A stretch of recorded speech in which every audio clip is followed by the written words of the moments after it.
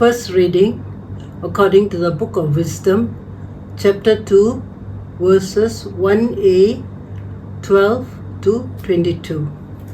Ungodly men reasoned unsoundly, saying to themselves, "Let us lie in wait for the righteous man, because he is inconvenient to us and opposes our actions. He reproaches us for sins against the law and accuses us of sins against our training. He professes to have knowledge of God and calls himself a child of the Lord. He became to us a reproof of our thoughts.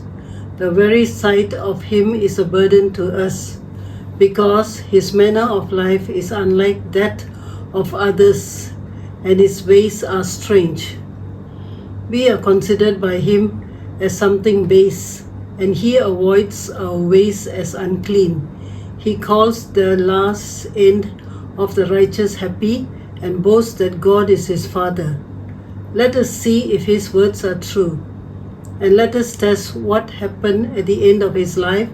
For if it is a righteous man is God's son, he will help him and will deliver him from the hand of his adversaries.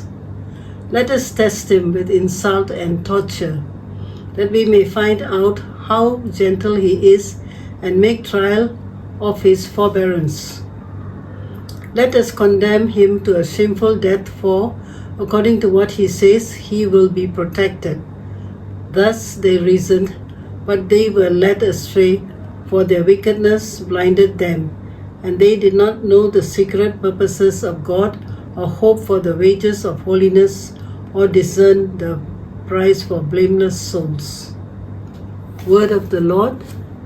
Thanks be to God.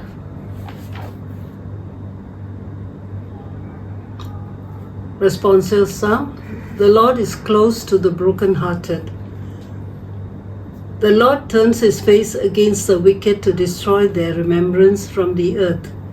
When the just cry out, the Lord hears and rescues them in all their distress. The Lord is close to the brokenhearted. The Lord is close to the brokenhearted.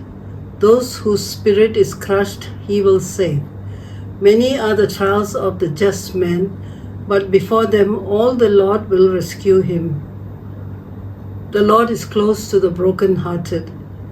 He will keep guard over all his bones. Not one of his bones shall be broken. The Lord ransoms the souls of his servants. All who trust in him shall not be condemned.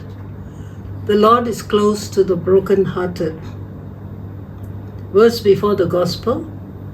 Glory and praise to you, O Christ. Glory and praise to you, O Christ.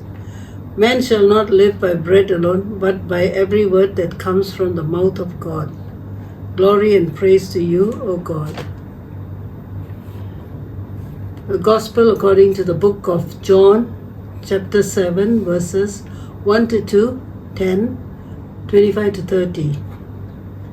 At that time Jesus went about in Galilee, who would not go in Judea because the Jews were seeking to kill him. Now the Jews' festive of booths was at hand. But after his brothers had gone up to the feast, then he also went up, not publicly, but in private. Some of the people of Jerusalem therefore said, "Is not this the man whom they seek to kill? And here he is, speaking openly, and they say nothing to him. Can it be that the authorities really know that this is the Christ? But we know where this man comes from.